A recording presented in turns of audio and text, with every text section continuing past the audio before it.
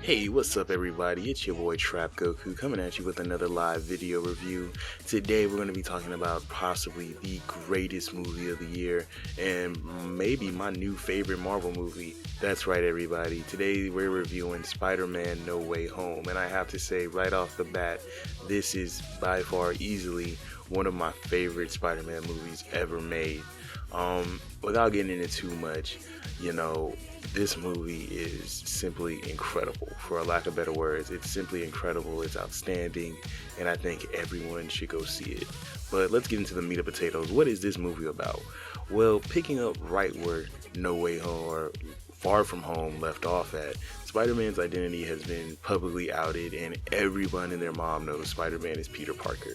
And it started to negatively affect his life and his friends' life. Like, for example, Ned and MJ can't get into any school just because they know who Spider-Man is, and multiple schools are rejecting them, thinking that him, not only them, but just knowing him is a danger in itself and could bring untold damages and destruction to the school.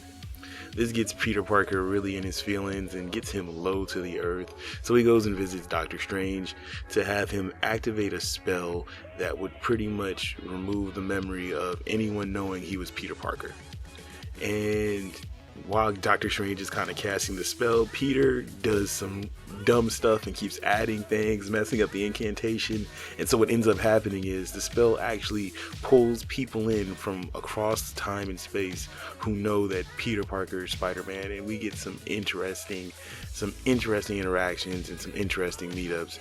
I know from the trailer alone, people already know that we're going to be seeing a lot of Spider-Man 2's Dr. Ock, Spider-Man, the original Spider-Man, or Sam Raimi's Spider-Man's Green Goblin, the Amazing Spider-Man's Lizard, Electro. Just a plethora of characters show up in this movie, and it's great, from old and new. And I have to say, this movie is really just a fan letter to every Spider-Man fan, as it celebrates everything that is Spider-Man on the silver screen. I think everyone should go see this movie. Like I said, it's an incredible film from start to finish.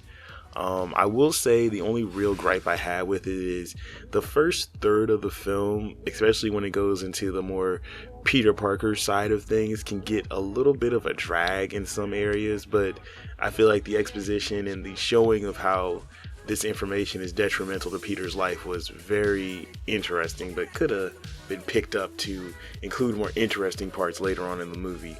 Now, I will say there are some really great actors who come back and reprise their role, and I'll leave it at that.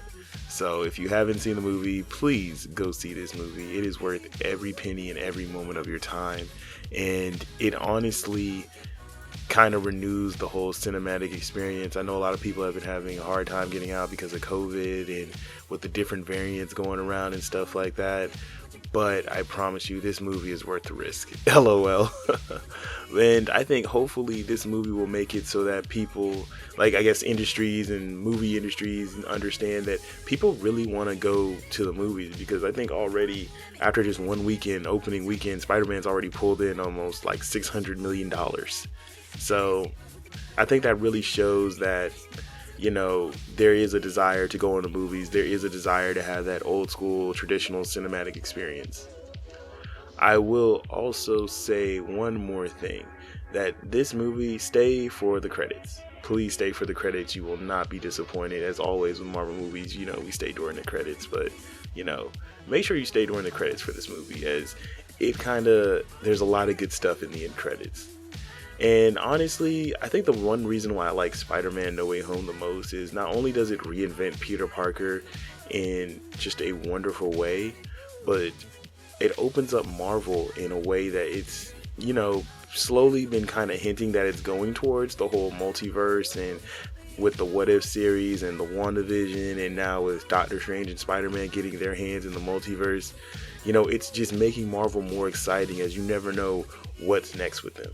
So it's going to be a very interesting road for Spider-Man. It's like I said, by the end of this movie, Spider-Man is a very reinvented character. He goes from being a boy to being an absolute man in this movie, and I think it's an incredible installment, and I can't wait to see what the next 3 movies, because if you guys don't know, Tom Holland, Sony, and Disney have all agreed that he will be having another MCU trilogy coming out in the next couple years. So I can't wait to see these next 3 movies for Spider-Man, and I think he has an insanely bright future ahead for the web crawler.